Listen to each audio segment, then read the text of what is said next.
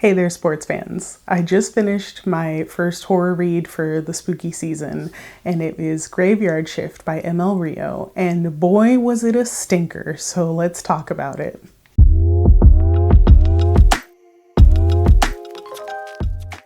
Graveyard Shift was my first horror read for the spooky season, and I don't think disappointment quite covers it.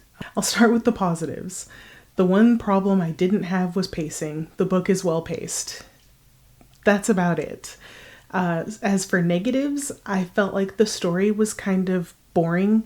I didn't feel like it went anywhere. It wasn't scary for a horror. I was not frightened, even a little bit, which is very disappointing going into a short horror read. One of my first issues was the characters. I hesitate to say that they're not likable, because I don't think that we got enough time with them to even determine whether we like them or not.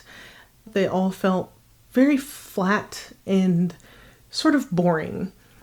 I think that kind of sums up the entirety of the novella, is sort of boring. The mystery is not particularly mysterious. It's solved in a matter of hours. The characters all seem to be quite self-centered. There is little to no actual horror aspect, and the ending is extremely anticlimactic. It sort of just ends. I'm going to go into a little bit of a spoilery rant at this point, so if you haven't read this and you want to read it, now is a really good time to click off the video, take 4 hours out of your life, read the novella, and come back. The characters. I didn't like any of them. I felt like none of them were real people. They felt kind of dull and boring, and honestly, they're all smokers, which is super gross. The first character whose point of view we get is Edie, and she just seems incredibly self-centered. She finds out that Tuck is homeless and living in a derelict church, and she kind of just shrugs. Oh well, not my problem. She doesn't even offer a blanket when she knows that freezing weather is coming soon. I felt that she was extremely self-centered.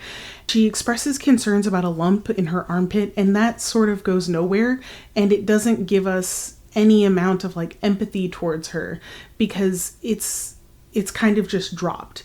It's mentioned, she's concerned about it, and then we're off to the story. Additionally, Hannah is a LGBT character, and I think that she is one of the worst stereotypes of an LGBT character, in that she is extremely promiscuous, very abrasive and off-putting, and just unpleasant in general to be around. I just think that that's kind of a weird, gross misrepresentation. The bar owner, whose name I can't remember at the moment, behaves like a child, and he is a full-ass adult. In fact, all of these characters act like children.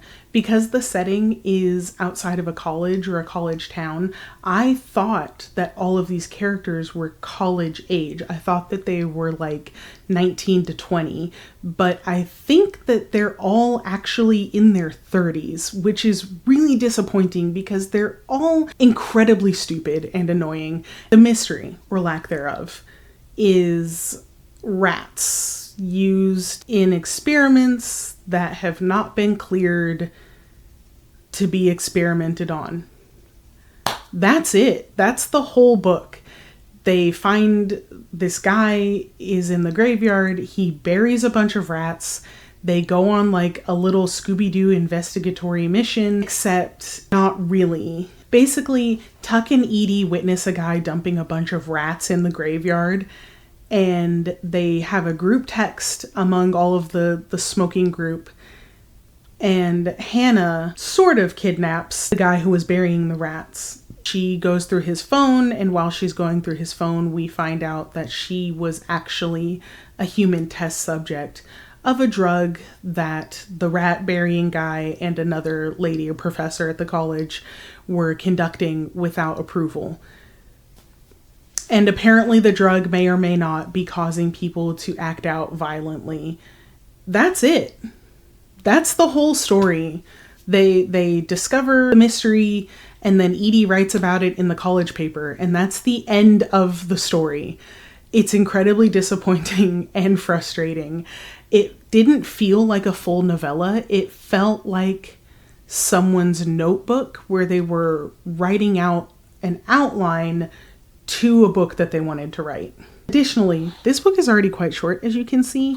I was on the last chapter, which is right here, and I thought that I still had this much of the novel to finish. No, that's it. That's the whole book. I thought that this was still book, so I thought that more things were going to happen. Nothing else happens. This little chunk is an afterword, acknowledgements, and a playlist. Oh, and an excerpt from another book that I'll never read because I absolutely hated this. I gave this 1 star. I found it incredibly disappointing. Not scary, not interesting, not compelling. And for a book that's only 108 pages, it took me a very long time to get through. I just felt like I was kind of dragging my feet through it. I wouldn't recommend it to anybody. I don't think that anyone is going to read this and be excited about it. There is another novel by this author that's very popular. I can tell you right now, based on this, I'm not interested in reading it. That's about all I have to say about Graveyard Shift by M.L. Rio. At least it's short.